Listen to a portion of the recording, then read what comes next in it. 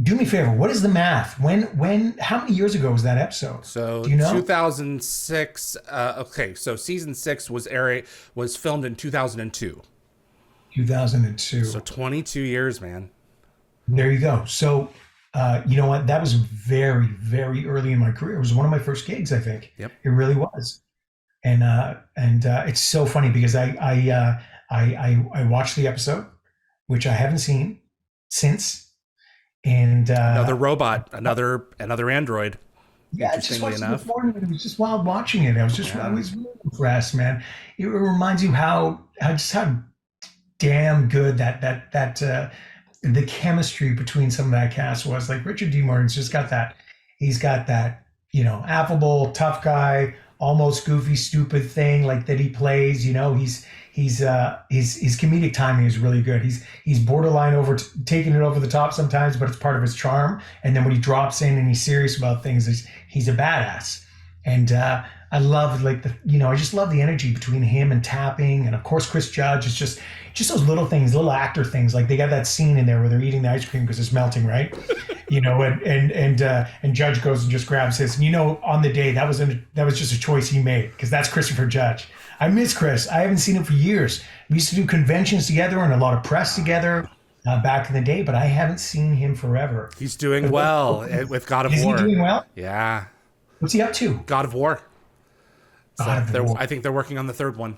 So I'm pretty sure. I'm not positive, but it's just a matter of time. So, but yeah. What an So was amazing this game. audition just like any other for this part? It was, because think about it. I only had a few lines in the Yeah. show. I basically had to look mean and stuff. So I think Right. I went in.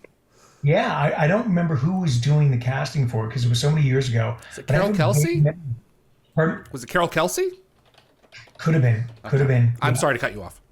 No, not at all. So yeah, I think I went in, simple line, banged it out, got the call. I remember being very, very excited because it was one of my first gigs, and just I was well aware of Stargate and SG-1 and the franchise that it was, and it was one of the main things that was happening in Vancouver at the time. So my agent told me I got the gig, and I was just excited about it.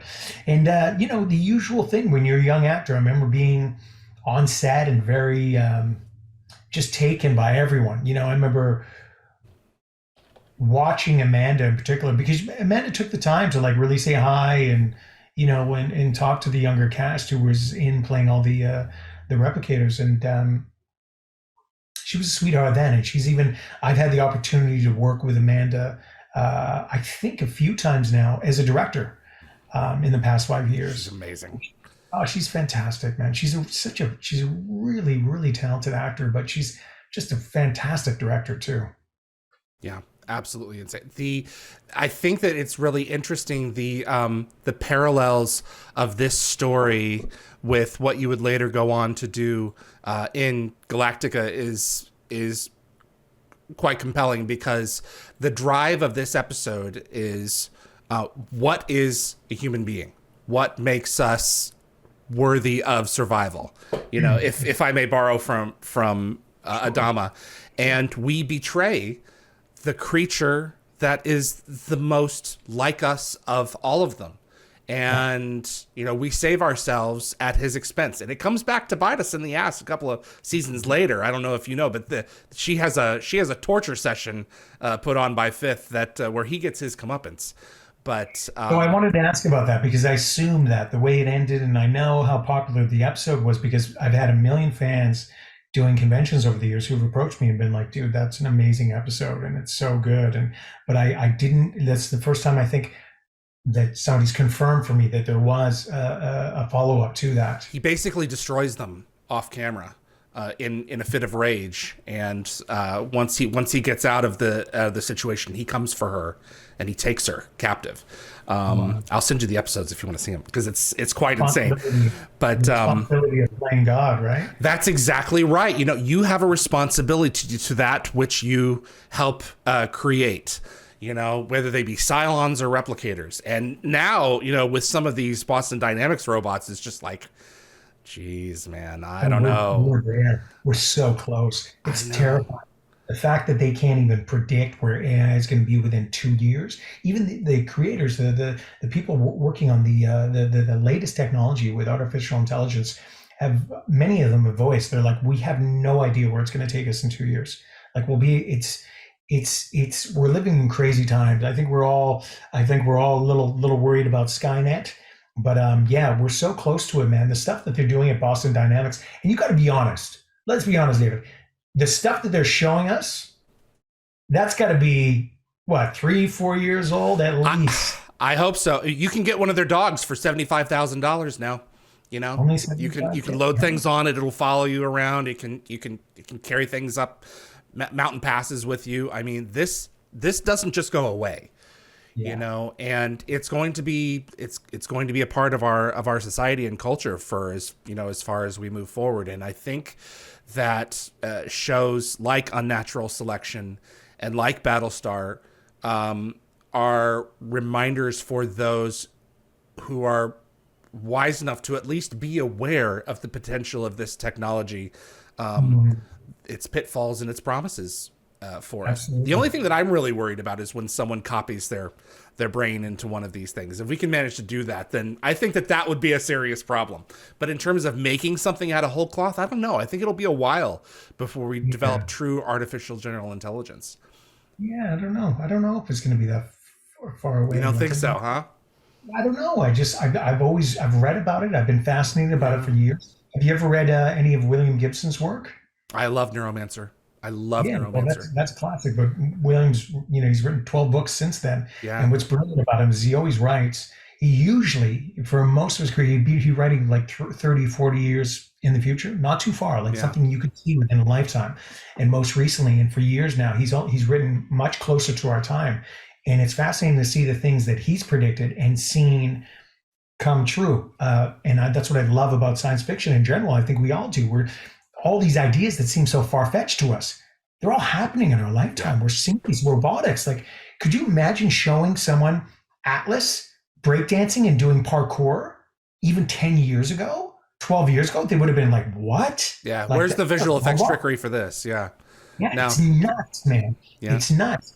One fascinating thing that William Gibson, I think he's a genius. He actually lived in my neighborhood forever. And the 2 times I tried to talk to him, I was a bumbling idiot. So I just gave up. I see him now and I'm just like, that's all I can do. I can't think of anything intelligent to say to William Gibson, even though I know his books, so well. And I love his writing. But he did this thing years ago. And I've heard about it and read about it in the last year twice now.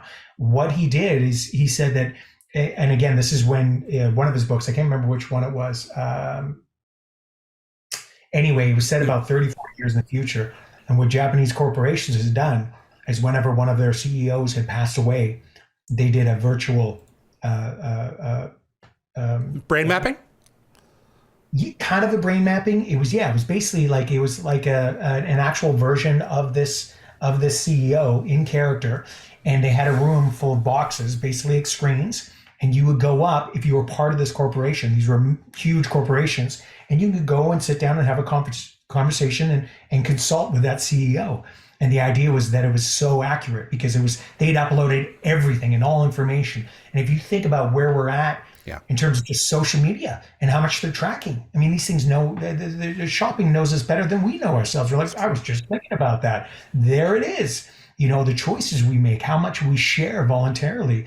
I would argue that they could probably make a pretty accurate AI version of any of us within the next 3-4 years in a very disarming way, like a scary way. I'm sorry, because even the idea that they can copy our voices, our images. You look what they're doing with the deep fake. So imagine someone doing your face, your voice, which they can do already quite well, and then actually having an AI that is uploaded all your information, your entire Facebook profile, your entire social media profile, everything.